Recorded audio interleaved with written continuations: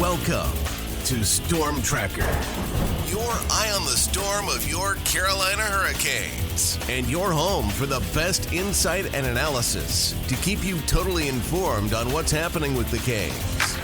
Whether it's the latest news on the ice or off the ice, we've got you covered. Now let's begin. Here's your host, Tom Ray.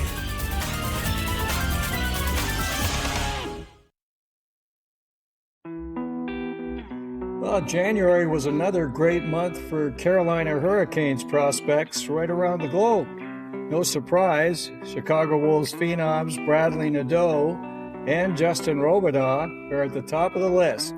They're joined this month by teammate Felix Unger Sorum, as well as collegiate Jayden Perron and returning goaltender Jakub Vondras. Joining me as always to discuss the top 5 prospects of the month and the players we should keep an eye on in the coming month, I'm delighted to welcome in from Canes Prospects, of course, Nick Bass. Hi there, Nick.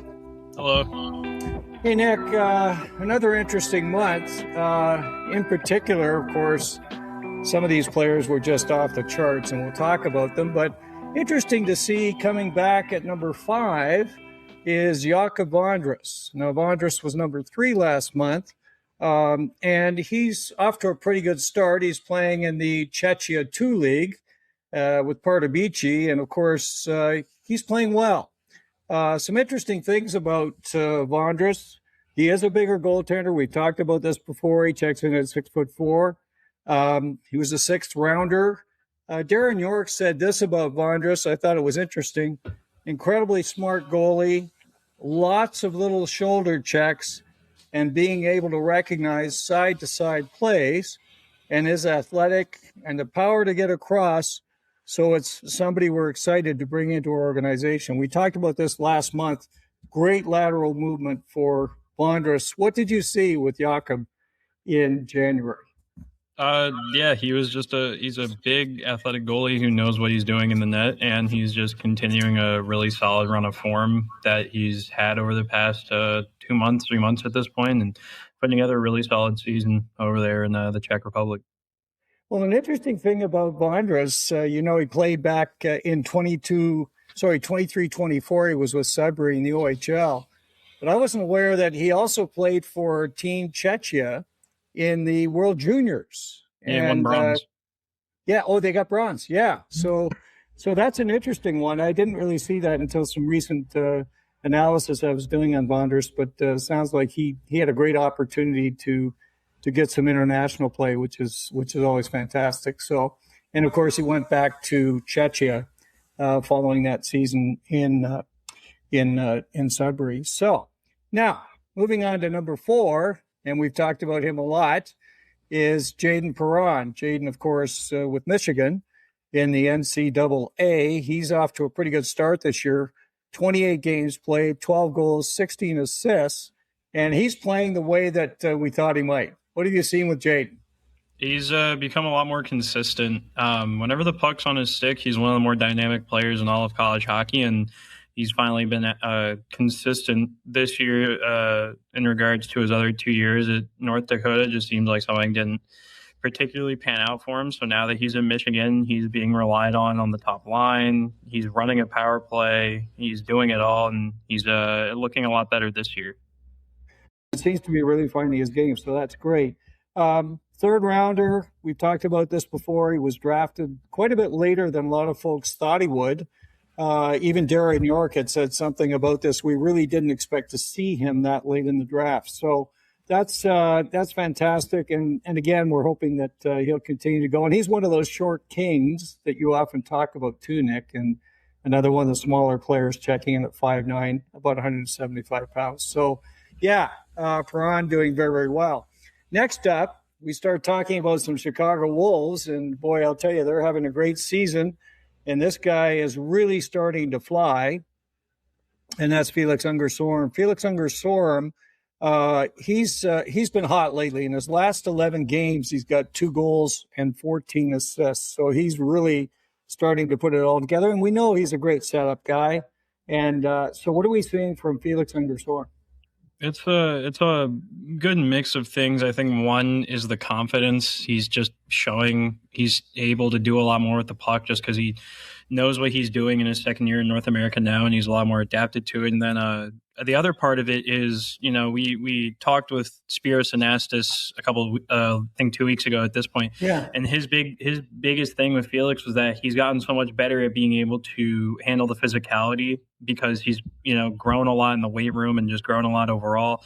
So he's able to handle the level of physicality that the AHL offers, and that has also helped him a lot to become almost a player where he's doubled his point total from last year. Yeah, I mean, he's off to a great start. He's got 10 goals, 29 assists in 43 games, so he's doing very, very well. Interestingly enough, McKean's, when they were talking about him at the start of the year in their season preview, said exactly the same thing, and they were talking about him needing to embrace contact, needing to play a heavier game as he kind of moves into his second season in North America. So clearly he's doing that. He's scoring some goals. He had a run earlier in the year. We talked about that a little bit, where he was scoring a lot of power play goals at one point, and that's how he kind of got up to the 10-goal mark pretty quickly. But he's just setting them up like crazy. So, and I think part of that is because of the two gentlemen we're going to talk about now, because they are definitely potting a lot of goals on the power play for the Chicago Wolves. And let's kick it off with the first one, and that would be Bradly Nadeau. We've got Bradly Nadeau, of course, known as the Show with the Chicago guys. He's doing it all this year. In his last 21 games, Bradly has 13 goals and 16 assists, so he's tearing it up. He's now 14th in the AHL in scoring. He's played just 34 games, so he's got significantly less games than the other folks. He's got 18 goals, 23 assists on the year. He's a plus 22, so he's definitely playing a solid two-way game. Quite impressive. Now, last night at the AHL All-Star competition, of course, he was able to let one of his howitzers go, and he hit 103 miles an hour, which was the best on the west side. He was only bested by Arthur Kaliev, who was 104 miles an hour for the east. So great stuff by Bradly last night in that competition. What are we seeing from him in January? He's just become a more complete overall player. I know everybody knows the shot and everybody knows his offensive capabilities, but, for the Wolves, he's become their first unit PK guy. He's able to do a lot more things at even strength that he wasn't able to do last year. And it's just a great work of development from him and the Chicago coaching staff to get him ready to probably be an NHL player sooner rather than later. Well, I mean, don't forget, Player of the Week. He was a Player of the Week in December, the week ending December 7, and then again in January. And more exciting, he was AHL Player of the Month in January. So, he just keeps getting it done. Outstanding season for this guy. And, it's interesting what McKean said, too. And they came back and said he's not just a shooter. He's also a strong playmaker who pre-scans for lanes and actively engages defenders to make his passes deceptive. He's getting a lot of assists as well, and that's the complete game of Bradly Nadeau. How are you feeling about him and as the season goes on? What do you expect to see for this next month with Nadeau? I think he'll just continue doing what he has been doing, which is just showing up in the big moments and leading the Wolves to hopefully a nice little playoff run here. Somebody just replied to the hardest shot thing and said that defensively he isn't ready. And I'm just going to continue to say it over the next few weeks is that he is. He's gone from a guy who wouldn't even sniff the penalty kill to being on the first unit. And seeing his plus minus flip, and the plus minus, it's not a great stat to judge players on for the most part. But if you're doing it year over year and you go from minus 20 to plus 20 when you're playing on the same line with the same deployment, that means that you are doing something right. So I would say defensively he is ready. I'd say he's an NHL player right now. That comment just pissed me off, and I just wanted to. Well, I'm glad you said that, because I think a lot of folks have been asking this question for a while, and they keep saying, he's not going to be a Rod Brindamore type guy.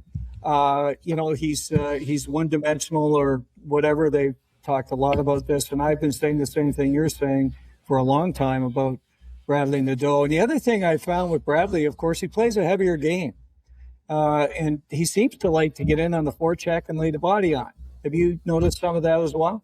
I mean, he definitely forechecks. The physicality is still trying to get to him because he's still not, gigantic. He's I think 100. He's listed 172, and maybe he gets to 180 by the end of the year. But even then, I don't think. But like, if he gets closer to 190, he's going to be a perfectly fine guy to do that. So I think the physicality is perfectly fine for now, and it can only really get better from here. Yeah, and he's definitely trying to add that to his game for sure. So I'm with you. I feel like Bradly is filling out his game. His offensive game is incredible. So if he can shore up that defensive game as he is right now, boy, he's got a great future for sure. Now, alongside him, another one of the short kings who we talk a lot about, who's also in that 1B side, and that's Justin Robidas. Robidas to me has just been a revelation. Last year he came in, Spiros Anastas has said a little bit about this, where he came in, last year was his first real serious pro year because, of course, the year before he was in the ECHL. And so that is professional, but it's not quite the level you want. He got hurt halfway through the year, that's why. Okay.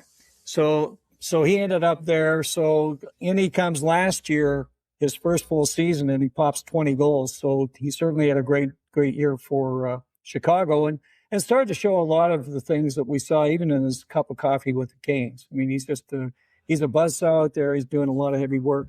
Now, he had a stretch that was really incredible, an 18-game stretch from December 5 to January 22, where he had 16 goals and 11 assists in 18 games. So he had 27 points in that 18-game stretch, including 16 goals, which is amazing. So he's a guy that, to me, is really putting it all together. Again, short king, 5'8", 180 pounds. A lot of folks think he's too small to play in the NHL. What are you seeing with Justin Robidas? The first of the too small comment is, in complete honesty, just ridiculous because I don't care that he's 5'8" and 180. He's still doing everything you want from him, and he's still being physical when he needs to be physical. For Robidas, anyways, it's a moot point, in my opinion. Obviously, I think if he's 5'11", at this point, he's probably played close to 50 NHL games just because of the player that he is. But, the 5'8" is going to scare people off, but it shouldn't. He's a complete player at this point. He's a first-unit penalty killer. He's a first-unit power play guy. He's been on the wing for the most part, but he can do faceoffs and be a center if you really need him to be. He just does everything correctly. And, Robidas is going to be a good NHL player down the line. I think he won't ever be more than just a bottom six, but he's going to be a killer bottom six forward for any NHL organization or the Hurricanes down the line. Well, the interesting things about him, he's sitting at 20 goals, 22 assists for 42 points in 40 games. That's good enough for 11th in the AHL right now. But get a load of this. He's a plus 25, which is third in the AHL. So these are great numbers. And again, that line with him and Ryan Suzuki and Nadeau has just been terrorizing the American Hockey League. Those guys have been outstanding. It's incredible. One of the things that Spiros Anastas said on a podcast recently, Sound the Siren, he was talking about just how smart and intelligent a player that Robidas is. And he said, man, he really thinks the game. He really studies it. He's, he's come back this year and he's wiser and he understands the AHL, level and play again so much better. And he's definitely learning to be a better pro and all of those things. So a great story on Robidas. And he's another guy we're going to continue to watch. And boy, as the Wolves have started to really pick up their game, of course, the two gentlemen we've just talked about, Bradly Nadeau and Justin Robidas, have been right there. And both of them all-stars. So it's great stuff and getting a little bit of recognition. So that's the top five and some outstanding players and certainly three great ones from the Wolves. And we'll expect a lot more from them as we move into the later parts of the season. Now, honorable mentions, and there's some fun ones here. You've got a couple of defensemen that you've really highlighted coming from Russia. And let's start with Timur Cole. Cole is a big defenseman. We've talked about him before. He's 6'4", he's 205. He was a sixth rounder. Man, the Canes get some of these players so much later. He's off to a great start in the NHL this year in Russia. He's got 11 goals and 13 assists in 29 games. So he's off to a great start. What are you seeing with Teamer Cole? I mean, he's a really solid all-around defenseman at this point. It's kind of a shame that he hasn't been able to get any game time outside the MHL, because I think the MHL is not beneath him, but I don't really think he's getting challenged necessarily in the MHL just because it's a junior league, in all honesty. Right. And, he's playing 25 minutes a night on average. It's a minute, almost 2 minutes more than the next closest guy.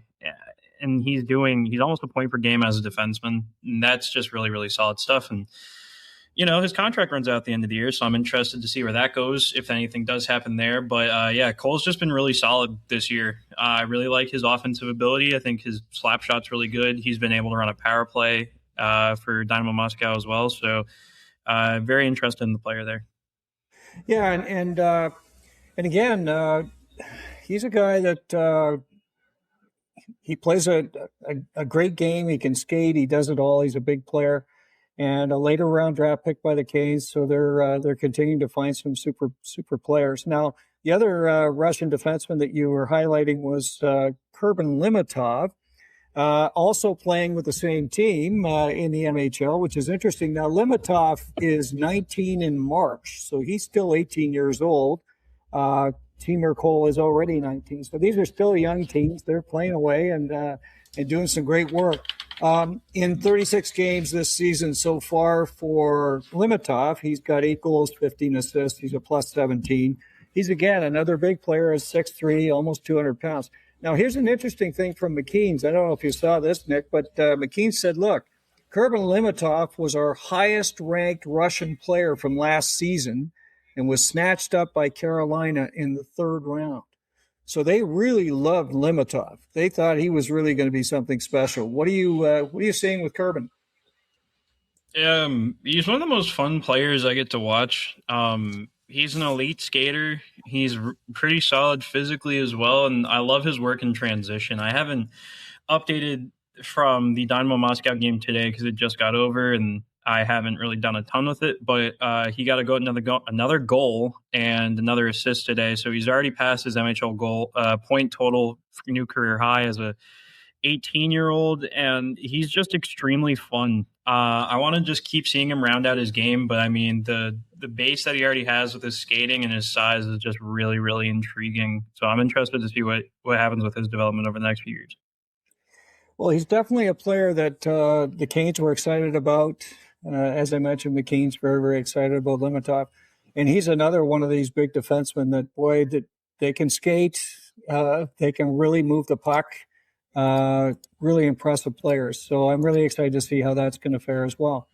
Now, moving on to a smaller player, 5'11", 175 kind of range for Oscar Voulet. Now, Voulet, we had talked about in the draft this year. He was drafted in the 5th round, 133. Darren York said he's an incredibly smart player. He's been able to play fast offensively, whether it's been skating with the puck, one-on-one skills, moving the puck, being able to move with the puck, playing a give-and-go game. So he's a guy that very smart with the puck. He's playing in the SHL this year. He's a 20-year-old, so he's playing with men, which is great. What are we seeing with Oscar Voulet? He's just turned his whole season around. He was off to to be frank, a god-awful start. And over the past month, he's really turned his game around. He's getting a lot more active, both offensively and defensively, getting a little bit more ice time as well because of what he's been able to do. And he's finally getting rewarded with pucks going in the net and some of his teammates scoring as well. So happy to see him finally get on the score sheet a little bit more. Well, again, another player the Canes were able to pick up late in the draft, and we'll see how things kind of fare with Oscar as he continues his work in the SHL. Now, the final honorable mention is an interesting one. You've talked about him a number of times. In fact, I think I recall you said you thought he might come over to North America this year. I know he has a great interest in that Stanislav Yorovoy playing in the VHL, which is like the AHL here in North America. He's off to a pretty good start, 33 games. He's got 7 goals and 9 assists. Here's some interesting words from Darren York at the draft. He said, Yarbrough went through the draft a couple of times and worked his way up this year playing regular shifts in the KHL. So this is a couple of years ago. High-end skill, high-end compete, high-end motor, really sort of that Carolina Hurricanes prototypical forward. What are we seeing with Stanislav Yarbrough? So first up, I personally, all I had was the report from Russia that said he was going to sign his ELC. Obviously, it didn't happen, and we talked to him.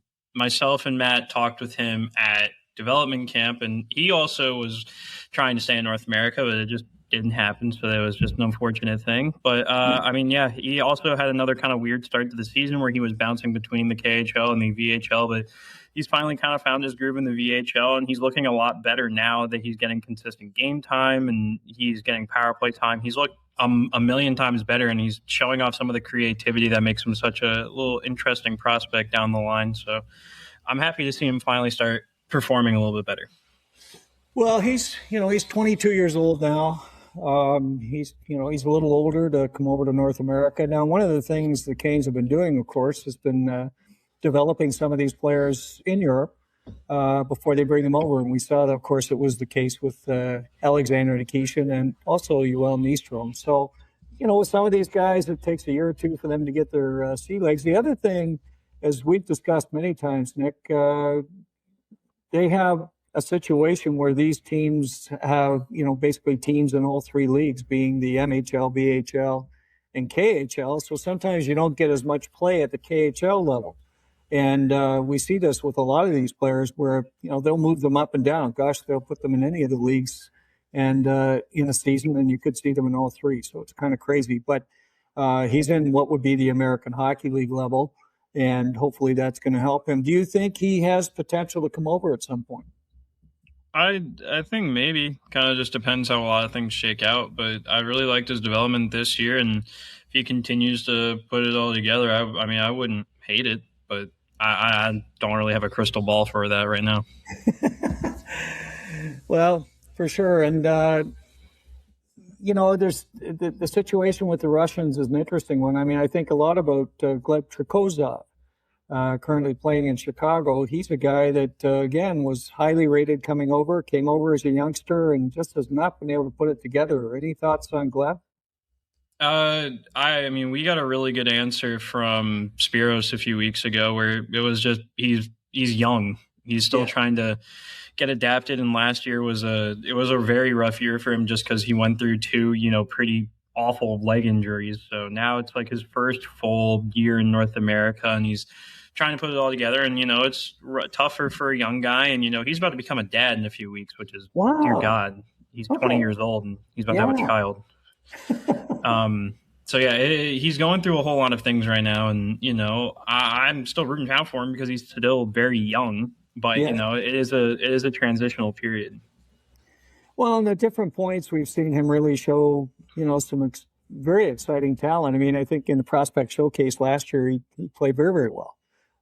Had a hat trick in one of the games and so on. So he's a guy that, again, great offensive talent, but he's got to put it all together. And speaking of that, and I thought I'd just bring this up for an interesting discussion, is what are you feeling about Alexander Nikishin these days? He's good. Deployment, I've kind of stopped trying to have the argument because it is dumb at the end of the day. I'm not an NHL head coach, so it's not my thing, but I'm liking that they're finally giving him power play time because I feel as if that's something that he can greatly use to his advantage, and I thought he's been pretty good. Obviously, the defensive side's still slowly coming together, but I still think he's looked pretty good overall.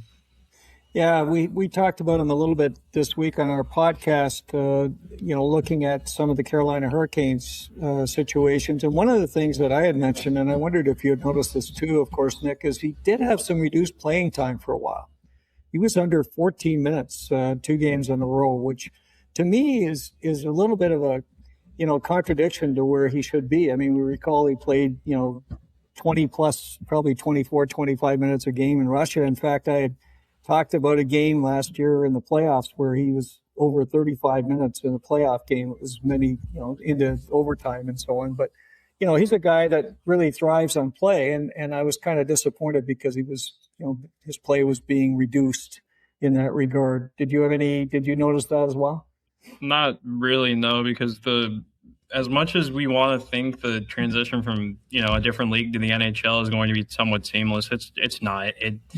The NHL is at such a different pace than everybody else that you just have to learn. So I'm not really worried about it, in complete honesty. Maybe I was at the start of the year, but now it's kind of just like, it'll happen. Well, we talked an awful lot about Alex before he came over, so I always like to get your feedback when we talk about Nikishin. Looking at this past month, any other players that kind of jumped out at you that we didn't mention in the top 5 or the honorable mentions? I think people were thinking about Ivan Ryabkin just because of the start he had in the queue. But, yeah, minor injury and a lot of funny suspension stuff. Not suspension, but, like, just penalty stuff is just slowly, not hampering him, but he's still trying to figure out the discipline aspect of hockey, and it'll get there eventually, but I'm glad to see that the points are really not going to be a struggle for him. Well, we've talked a lot about this where, his play in Chicago, and I don't know if you talked to Spiros Anastas about this, Nick, but his play in Chicago really was a great opportunity for him to kind of learn what it's going to be a pro, and to kind of move his game to the next level. He's still very young, of course. So, it's an opportunity for him to kind of get a chance to see what it's like and some of the rigors of pro hockey and, the speed and so on and so forth. And obviously the strength of the players. So, I think that was a good opportunity for him. And, he should tear up the queue for sure. So, yeah. Now, as we look to the next month, February, what are we thinking this month in terms of potential players to keep an eye on? I think Kerbin and Cole are they're already putting up pretty decent starts to their month. Kerbin Limitov is just awesome, in complete honesty. I will continue saying it. He's probably the most fun player I've gotten to watch over the past year or so. He's just electric. I couldn't tell you. And then I'd still think a lot of the Wolves guys, but obviously, we're less than a month away from the deadline, so it's going to be an interesting time to see what it looks like come March, whenever it is. Well, that's what I wanted to ask you that question as well, Nick, in terms of, we look at some of these prospects the Canes have, and they are very rich in terms of a prospect base. Do we think that these prospects might be parts of deals for the Hurricanes as they go towards the trade deadline on March 6th? I've always just hated talking about the deadline ever since I started getting into prospects because, it's my job to just get these guys' names out there and get eyes on them and get people ready for the next generation. And then, sometimes these guys get moved and it's like, well, that sucks. And, especially I guess this most recent crop of them. So guys like, Nadeau, Robida, Legault, these are guys, and Felix, these are guys that I've interviewed and talked to before, and it is just kind of weird. But if you're looking at it straight from a trade deadline perspective, I don't think you're going to find a lot of other prospects that have the value that Nadeau has just because he's unbelievably good playing in a pro league. And then, Justin Robida and Felix, they're also probably going to have some decent value. I think Felix really helped himself out this year. They could. I'd prefer not, but they definitely could. One last question as we wrap up. You look at the defense. You talked a lot about Teemer Cole and Kerbin Limitov. Who do you see as the kind of top prospect defenseman in the next wave for the Hurricanes? We've got Charles Alexis Legault here, of course, and Yoel Nystrom. Who do you see in the next wave? If we're not talking about Legault as part of the next wave, because he's Matt and I did rankings, and he was both our second-ranked prospect, or the top defenseman. So if we're not going to count Legault, I think I had Alexander Suryatsky second highest. So I guess it would be him because he was a 18, 19-year-old getting regular KHL game time, being used in situations where you don't expect him to be used, penalty kill sometimes, but mainly quarterbacking power plays, and being used in overtime is rare for a younger KHL guy, and he's already earned that trust. And an injury took him out, so a lot of people just kind of forgot about him from the start of the year, but I would definitely say he's probably, him or Limitov at this point are probably the next two that I'm really looking at. Where's Noah Franson in the scheme of things? I think I had him fourth or fifth highest defenseman, somewhere around there. And I think getting those games with Cam Abbott's Fargestad was certainly something. And glad he's back to getting good game time in the Hockey Allsvenskan again. So, well, he's a player we've kept an eye on as well. But boy, when you look at the Canes D-core potential for the future, it's really impressive. And as you mentioned, Charles Alexis Legault, of course, he's back and should be with Chicago shortly. And he's a guy that we know he can play in the NHL. He's proven that. And as well, Yoel Nystrom, I thought, accorded himself extremely well. So the Canes have got some great young players coming in. What about Dominic Badinka? He's been good. It's just his game is a lot quieter than a lot of other guys. So he's just learning the ropes in his first full pro year. But he's been really solid, learning how to handle physicality as well as a big thing. So good with it. Yeah, and I think Spiros Anastas was also commenting on Badinka recently and said, here's a guy they did not expect to see him play as much as he's played. And his situation kind of mirrors Alexander Nikishin's in some ways, because they thought, okay, we'll bring him along, younger guy. We'll bring him along rather easily and slowly in Chicago. And, of course, they had all the changes and injuries and call-ups that they had to deal with. So Badinka ended up getting some significant playing time. And I've noticed something interesting lately. He's been teaming up with Dominic Fonsori, which is kind of interesting. So clearly they've got a lot of confidence in Badinka because those guys play big minutes for Chicago. So another guy that we got to have on the radar as we look at some of these defensemen that are certainly, looking very impressive for the Canes prospect side these days. In any case, Nick, as always, great to get an update on these prospects. Always want to talk prospects with you because there's so many good ones in the Canes system these days. So we'll look forward to doing this again for February as we take a look at some of these young players that are just really starting to shine right around the globe. For those of you who've been watching or listening, of course, Nick and I are delighted you spent time with us. If you like this episode, please press the like button. If you have any comments or questions, please leave those in the comment section. And of course, if you'd like to be alerted of future episodes of Storm Tracker, please press the subscribe and the bell buttons, and you'll be made aware just as soon as they're available. As always, Nick and I are delighted you spent time with us and look forward to getting together with you real soon, right here on Storm Tracker.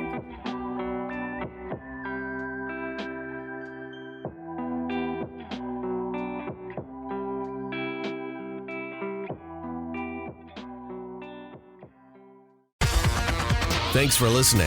Be sure to like, subscribe, and tell your friends for everything with the Canes you need. Storm Tracker.